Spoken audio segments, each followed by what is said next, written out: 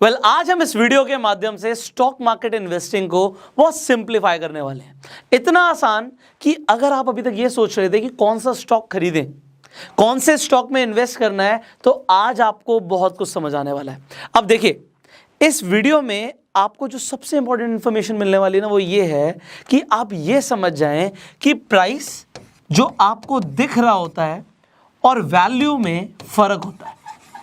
अब इसका मतलब क्या है, मैं क्या कहना चाहता हूं, आप किसी भी स्टॉक का प्राइस सिर्फ गूगल करके भी देख सकते हो।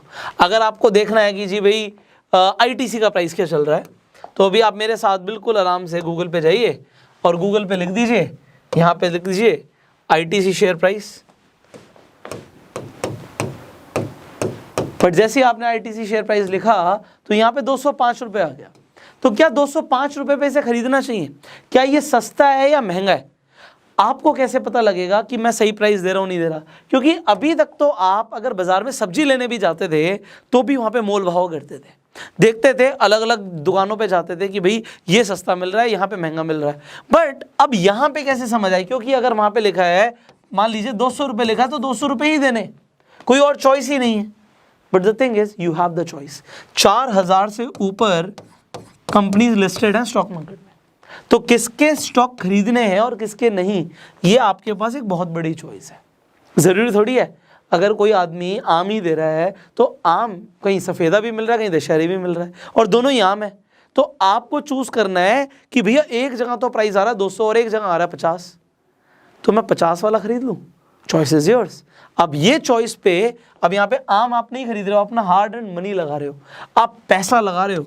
और इस पैसे को लगाने से पहले देखिए, जो इंसान नॉलेज के साथ इन्वेस्ट करता है तो इसे इन्वेस्टिंग बोलते हैं, और जो नॉलेज के बिना सिर्फ टिप्स लेके इन्वेस्ट करता है उसे सटोरी कहते हैं, सट्टा लगाना कहते हैं। और मैं सट्टा लगाने के अगेंस्ट हूँ।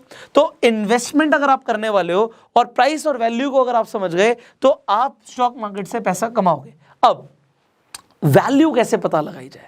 आईटीसी का शेयर जो आ रहा है, हमें कंपनी की वैल्यू कैसे पता लगेगी? चलिए एक एग्जांपल लेते हैं, क्योंकि अगर आपने उस एग्जांपल को समझ लिया तो आप बड़ी से बड़ी कंपनी की भी वैल्यूएशन को समझ पाएंगे। अब वैल्यूएशन लगाना, देखिए हर इंसान एक कंपनी की अलग अलग वैल्यूएशन लगा सकता है, बहुत सारे मेथड्स हो सकते हैं। बट अभी हम एक एग्जाम्पल लेते हैं। मान लेते हैं एक मिठाई की दुकान है, एक स्वीट शॉप है, और ये मिठाई की दुकान पे बहुत सारी मिठाइयाँ हैं, बट इसकी बालूशाही बहुत मशहूर है।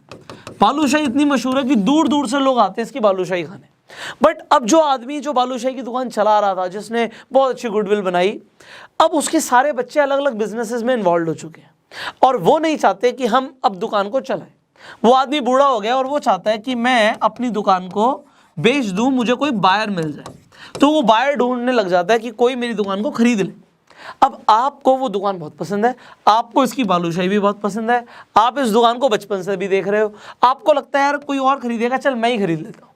अब आप लाला जी को ऑफर देते हो कि भैया दुकान आपकी, मैं खरीद लेता हूँ। बट किस रेट पे? आप जरा सोचिए, कैसे पता लगेगा कि इस दुकान के क्या रेट देने चाहिए? आपको पता लगता है भैया ये जो दुकान है ये तो रेंट पर है भाई, अगर आपने ये दुकान ले ली इसका मतलब है रेंट भी आपको भरना पड़ेगा, तो भाई मैं क्या पैसे दूं? कैसे पता लगेगा? तो आप क्या करते हो, आपने मेरी वीडियो देख ली और आप क्या करते हो, आप लाला जी को बोलते हो कि भैया आप अपने पिछले 5 सालों के फाइनेंशियल्स ले आइए, अपनी आईटीआर ले आइए। अभी फिलहाल के लिए आप आईटीआर कॉपी देखते हो, जिस भी फर्म से आप ये बिजनेस कर रहे हो, मान लेते हैं एबीसी बालूशाही शॉप के नाम से दुकान है, तो आप एबीसी की आईटीआर देखते हो और पिछले 5 सालों की आप आईटीआर देखते हो, और आपको पता लगता है कि भैया ये जो लाला जी हैं ये कंसिस्टेंटली प्रॉफिट बना रहे हैं, इस दुकान से वो लगातार प्रॉफिट बना रहे हैं, वो 24 लाख रुपए की लेट से आईटीआर फाइल कर रहे हैं, मतलब 24 लाख रुपए का उनका प्रॉफिट हो रहा है। अब 24 लाख का मतलब हो गया महीने का 2 लाख रुपए, तो 2 लाख रुपए ये दुकान आपको हर महीने कमा के देगी सारे खर्चे निकालने के बाद। अब एक बिजनेस 2 लाख रुपए महीना कमा के देगा, तो उसके कितने पैसे होने चाहिए, ये कैसे पता लगेगा? अगर आपको नहीं पता तो चलिए आज हम एक नया मेथड सीखते हैं वैल्यूएशन निकालने का, जिसे हम बोलते हैं डिस्काउंटेड कैश फ्लो मेथड। अब ये डिस्काउंटेड कैश फ्लो क्या होता है, इसे बड़ी जल्दी से समझते हैं, आपको बड़ा जल्दी से समझ आ जाएगा कि उस दुकान की हम वैल्यूएशन कैसे निकालेंगे। ये एक तरीका है वैल्यूएशन निकालने का, और भी बहुत सारे तरीके हैं। तो आप क्या देखते हैं कि साल की इनकम कितनी हुई, इट मीन्स 24 लाख रुपए को आप यहां पर लिख देते हैं, तो 24 लाख रुपए वो दुकान कमा रही है साल के। अब डिनोमिनेटर में आप लेंगे कि आप परसेंटेज कितना चाहते हैं अपनी जो आप इन्वेस्टमेंट करने वाले हैं उसके ऊपर। एग्जाम्पल के तौर पे आप कहीं पे अपना पैसा बैंक में रखते हैं, तो आप बैंक में मान लीजिए 1 करोड़ रुपए रखते हैं, तो 1 करोड़ रुपए पे बैंक आपको 6% ब्याज दे रहे हैं, तो 1 करोड़ रुपए पे तो आपको बैठे बैठे 6 लाख रुपए मिल रहा है। अब आप इस 1 करोड़ रुपए को बैंक से निकाल के इस दुकान को खरीदने में लगाएंगे, तो आप क्या चाहेंगे कि आपको कितना % रिटर्न मिले। आप मान लीजिए आप बोलते हैं जी मुझे कम से कम 15% रिटर्न मिलेगा, तो मैं अपने पैसे को बैंक से निकालूंगा, मुझे 15% रिटर्न चाहिए। तो जो आपको चाहिए इस दुकान के हिसाब से कि अगर आप इन्वेस्टमेंट लगा रहे हो तो मुझे इतने %, इतना टका ब्याज चाहिए, इतना टका इंटरेस्ट चाहिए, तो आप उससे उसे डिवाइड कर दो। अगर आपको 15% चाहिए तो 0.15 से उसे डिवाइड कर दीजिए। अगर आपने डिवाइड किया तो आपके सामने आंसर आ जाएगा जी 1 करोड़ 60 लाख रुपए इस दुकान की वैल्यूएशन हुई। बट अब जब आप लाला जी से बात करते हो कि भैया मेरे हिसाब से आपकी अगर दुकान पिछले 5 साल से, मैंने फाइनेंशियल्स देख लिए, आप पिछले 5 साल से लगातार 24 लाख रुपए कमा रहे हो, तो मैं आपको इस दुकान के 1 करोड़ 60 लाख रुपए दे सकता हूँ। अब आप 1 करोड़ 60 लाख दे सकते हो, लाला जी भी तो रेडी होने चाहिए 1 करोड़ 60 लाख लेने के लिए। लाला जी कहते हैं नहीं नहीं बेटा, मुझे तो कम से कम 2 करोड़ रुपए चाहिए, उससे कम में मैं ये दुकान नहीं दूंगा। अब अगर आपको लगता है कि मुझे 2 करोड़ रुपए देना पड़ जाएगा, तो भाई आप जरा देखिए 1 करोड़ 60 लाख रुपए का 15% ब्याज 24 लाख रुपए होता है। तो आपको अपनी एक्सपेक्टेशन को थोड़ा कम करना पड़ेगा। चल यार, अगर ये दुकान 15% नहीं भी देती, 12% भी दे देती है, तब भी मुझे चलेगा। तो आप देखते हो कि अगर आप 2 करोड़ रुपए देते हो तो यहां पे 24 लाख डिवाइड बाय 0.12 जो कि आ गया आपका 2 करोड़ रुपए, तो आपको 12% के हिसाब से ब्याज मिल रहा है। तो अब आपने अगर कोई चीज या कोई दुकान या कोई बिजनेस इस रेशियो के हिसाब से खरीदा है, तो आपको यह समझ आ गया कि आपको कितने % रेट ऑफ इंटरेस्ट आ रहा है।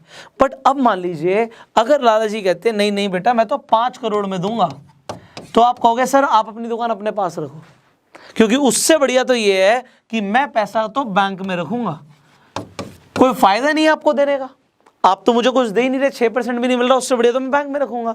तो आप ये समझ जाओगे कि ये बिजनेस महंगा है या सस्ता है। चलो आपको ये बिजनेस तो समझ आ गया कि बिजनेस महंगा है सस्ता है, पता लग गया। बट अब एक चीज होती है प्राइस टू अर्निंग रेशियो।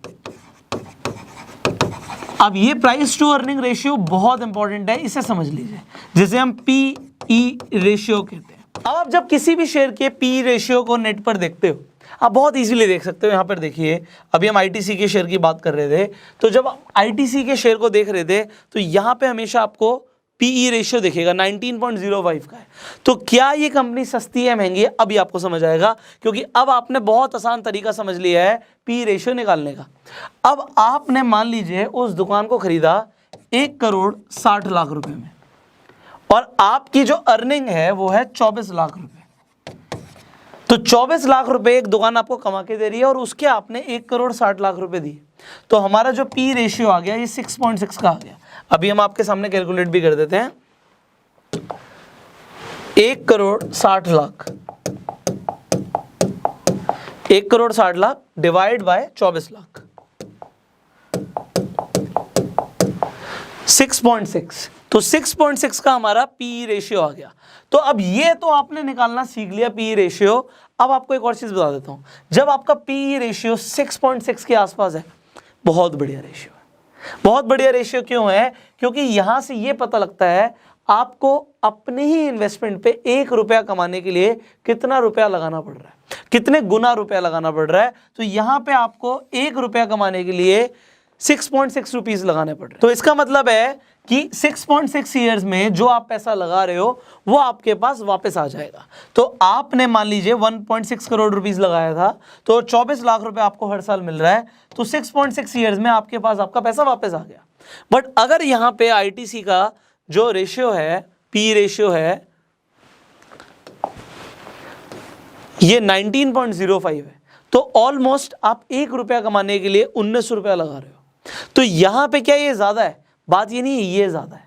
ऐसे बहुत सारे शेयर्स हैं जिनका आप न्यूज़ में, क्योंकि बहुत सारे शेयर्स आ जाते हैं, पॉपुलर हो जाते हैं, क्योंकि शेयर मार्केट में वैल्यू के हिसाब से शेयर बिकता ही नहीं है। शेयर्स बिकते हैं डिमांड एंड सप्लाई के ऊपर। यहां पे पी रेशियो देखिए 677 का पी रेशियो है, और क्योंकि 677 का पी रेशियो है, मैं टेस्ला के शेयर को बिल्कुल भी सजेस्ट नहीं करता।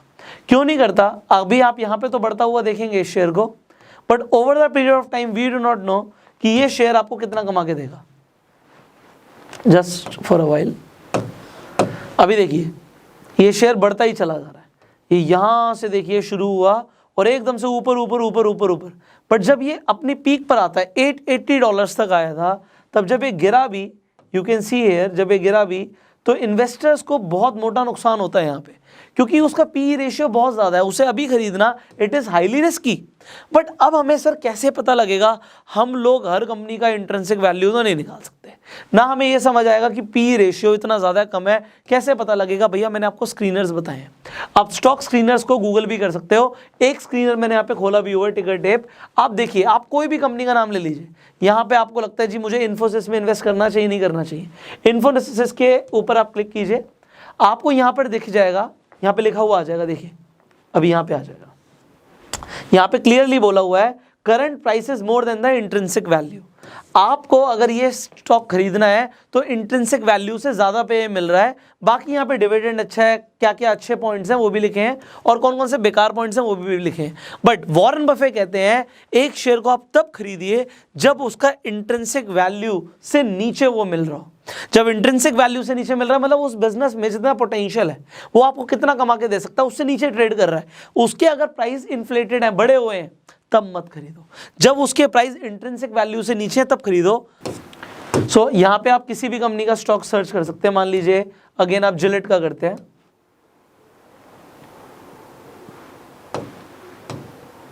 आप जिलेट का करते हैं, आप जिलेट का शेयर खरीदना चाहते हैं, तो क्या ये शेयर आपको उसकी इंट्रिंसिक वैल्यू से ज्यादा पे मिल रहा है, कम पे मिल रहा है? वहां पे लिखा है current price is more than the intrinsic value. Again आप यहाँ पे पी रेशियो देख सकते हैं, तो यहाँ पे पी रेशियो 79 का है, मतलब ₹1 कमाने के लिए आपको 79 लगाना है। तो क्या आपको इन्वेस्ट करना चाहिए? देखो भाई आपके पास चॉइस है, 4000 से ज़्यादा स्टॉक्स हैं आपके पास। आपको ये देखना है कि जो स्टॉक्स का मार्केट में नाम आ जाता है। देखिए, क्योंकि स्टॉक मार्केट में शेयर्स बिकते नहीं हैं, अभी तक लोगों को लगता है कि शेयर्स बिकते हैं स्टॉक मार्केट में, that is wrong. Stock market में एक्चुअल में बोली लगती है, भाई ऑक्शन होता है। अगर कोई इंसान उसी स्टॉक का ज्यादा प्राइस देने के लिए रेडी है तो वो स्टॉक उसे मिल जाएगा। बट जो स्टॉक न्यूज में आ जाते हैं, चर्चा में आ जाते हैं, वो स्टॉक्स जल्दी पॉपुलर हो जाते हैं और उन्हें लोग ज्यादा खरीद लेते हैं। बट ऐसे बहुत सारे स्टॉक्स होते हैं जो चर्चा में नहीं आते, बट वो अपनी इंट्रिंसिक वैल्यू से कम पे मिल रहे होते हैं, तो आप उन्हें खरीद सकते हैं। That could be a right decision, और ये आपको कई गुना रिटर्न्स कमा के देते हैं। तो अब आपको स्क्रीनर समझ आ गए हैं, आप गूगल पे स्टॉक स्क्रीनर सर्च कर सकते हैं। ऐसे स्टॉक्स को पिक कीजिए जिनका पीई रेशियो मेरे हिसाब से 15 से कम हो, और अगर आप अपने पोर्टफोलियो में ऐसे शेयर्स को भी रखते हैं जिनका पी रेशियो 15 से ज़्यादा है, तो उसमें और भी बहुत सारे फैक्टर्स होने चाहिए।